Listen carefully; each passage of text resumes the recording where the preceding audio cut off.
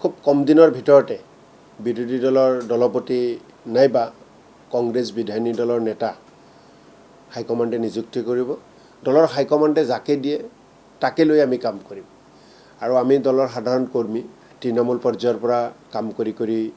দলে আজি এই পৰ্যায়ত লৈ আহিছে চাওক ভাৰতবৰ্ষ ধৰ্মনিৰপেক্ষ এখন ৰাষ্ট্ৰ ধৰ্মৰ নামত অযথা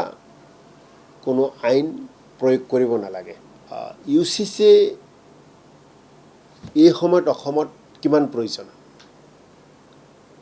UCC আইনখন অহাৰ লগে লগে অসমৰ জনতা অসমৰ ৰাইজ কিমান লাভান্বিত হ'ব চাওক আমি কিছুদিন আগতে ৰাজীৱ ভৱনত সকলো নিৰ্বাচিত বিধায়ক একত্ৰিত হৈছিলোঁ আমাৰ দলৰ সভাপতিও সেই বৈঠকত অংশগ্ৰহণ কৰিছিল গতিকে গোটেই কথাবিলাক আলোচনা চলি আছে চৰ্চা চলি আছে আৰু বিৰোধী দলৰ দলপতি আমাৰ দলৰ বিধায়িনী দলৰ নেতা কোন হ'ব সেই বিষয়লৈ ইতিমধ্যে আমাৰ হাইকমাণ্ডে চিন্তা চৰ্চা কৰি আছে আৰু মই ভাবোঁ খুব কম দিনৰ ভিতৰতে বিৰোধী দলৰ দলপতি নাইবা কংগ্ৰেছ বিধায়িনী দলৰ নেতা হাইকমাণ্ডে নিযুক্তি কৰিব আৰু আমাৰ বিধায়িনী দলৰ আৰু যিকেইটা বিষয়ভাৱ থাকে গোটেইকেইটা নিশ্চিতভাৱে বাছনি কৰিব আৰু এই বিষয়ে যেহেতু 21 তাৰিখৰ পৰা বিধানসভাৰ প্ৰথমখন বৈঠক অনুষ্ঠিত হ'ব মই ভাবোঁ তাৰ আগতে হ'ব লাগে বুলি মই আশাবাদী বিধায়িনী দলৰ বৈঠক বহিব কেতিয়া আপোনালোকৰ নিশ্চিতভাৱে তাৰ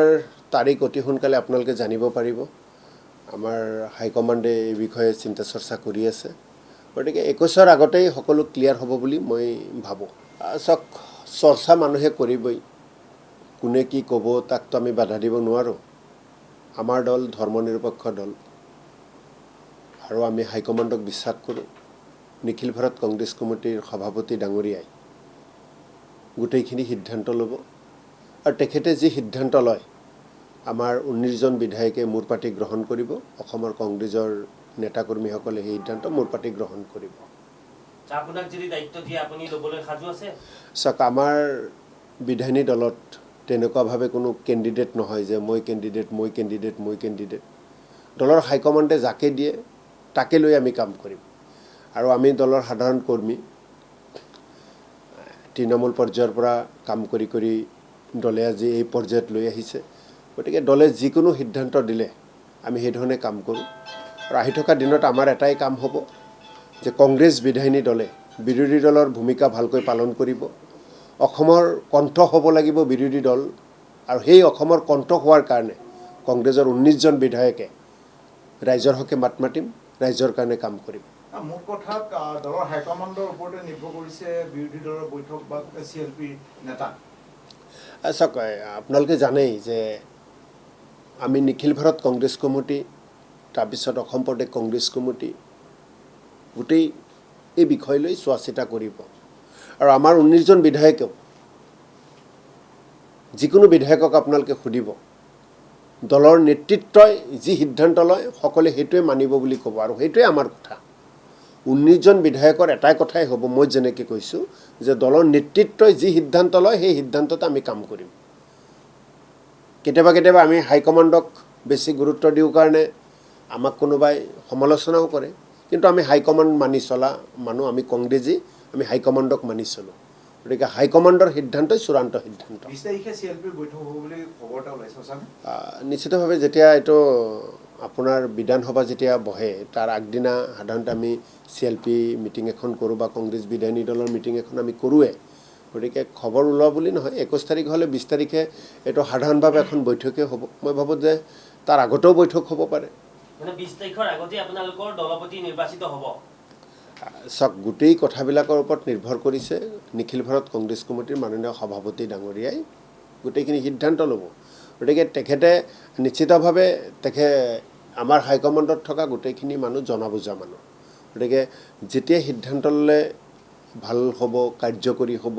এই ধৰণে তেওঁলোকে সিদ্ধান্ত ল'ব গতিকে মই ভাবা ধৰণেহে যে 21 তাৰিখৰ আগতেই গোটেইখিনি সিদ্ধান্ত চূড়ান্ত হ'ব অন্য এটা বিষয় সুধিব বিচাৰিছোঁ পশ্চিমবংগ চৰকাৰে নামাজক লৈ বিভিন্ন ধৰণৰ তেওঁলোকে এবাৰ সিদ্ধান্ত গ্ৰহণ কৰিছে দুটা সিদ্ধান্ত বিশেষকৈ লাউড মিউজিক কৰিব নোৱাৰিব ৰাস্তাৰ পথে নামাজ পঢ়িব নোৱাৰিব এই বিষয়টো আপোনালোকে কেনেদৰে চাওক ভাৰতবৰ্ষ ধৰ্ম নিৰপেক্ষ এখন ৰাষ্ট্ৰ ধৰ্মৰ নামত অযথা কোনো আইন প্ৰয়োগ কৰিব নালাগে ধৰ্মৰ নামত কাৰোবাক হাৰাশাস্তি কৰিব নালাগে গতিকে আমি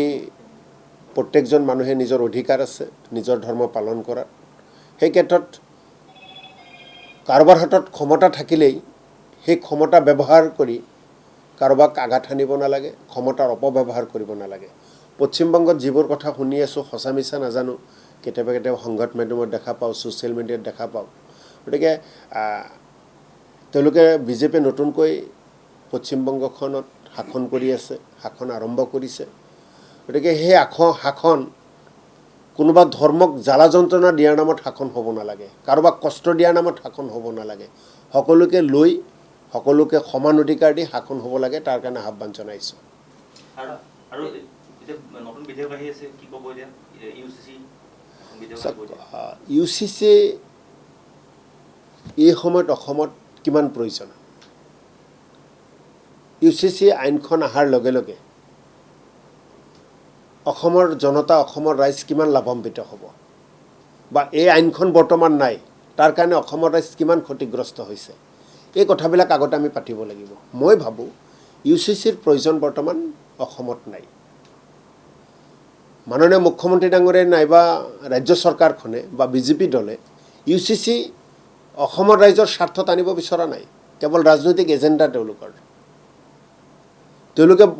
বহলাই বুজাই দিব লাগিব যে UCCৰ প্ৰয়োজন কি আৰু ইয়াৰ পৰা লাভান্বিত কোন হ'ব বা এই UCC আইন বলবৎ নকৰাৰ কাৰণে অসমত কি ক্ষতি হৈ আছে এই কথাবিলাক অসমৰ ৰাইজে জানিব বিচাৰিছে আইন কেতিয়াবা লাগে আইন বনাব লাগে যেতিয়া প্ৰয়োজন হয় মই ভাবোঁ যে অসমত এনেকুৱা কোনো অপৰাধমূলক ঘটনা হোৱা নাই বা অসমত এনেকুৱা এটা কাম হোৱা নাই যে UCC বলবৎ নকৰিলে অসমখনত অশান্তি হ'ব অসমখনৰ গতি বিপথে পৰিচালিত হৈ আছে তেনেকুৱাতো একো হোৱা নাই গতিকে একমাত্ৰ বিজেপিৰ এজেণ্ডা ৰাজনৈতিক এজেণ্ডা যাৰ বাবে UCC আইন আনিব বিচাৰি আছে গতিকে এই বিষয়ে আমাৰ নিশ্চিতভাৱে বিধায়িনী দলৰ বৈঠক হ'ব আমাৰ দলৰো বৈঠক হ'ব আমি কথা পাতিম বিধানসভাত যেতিয়া এই বিল উত্থাপন কৰিব তেতিয়া আমাৰ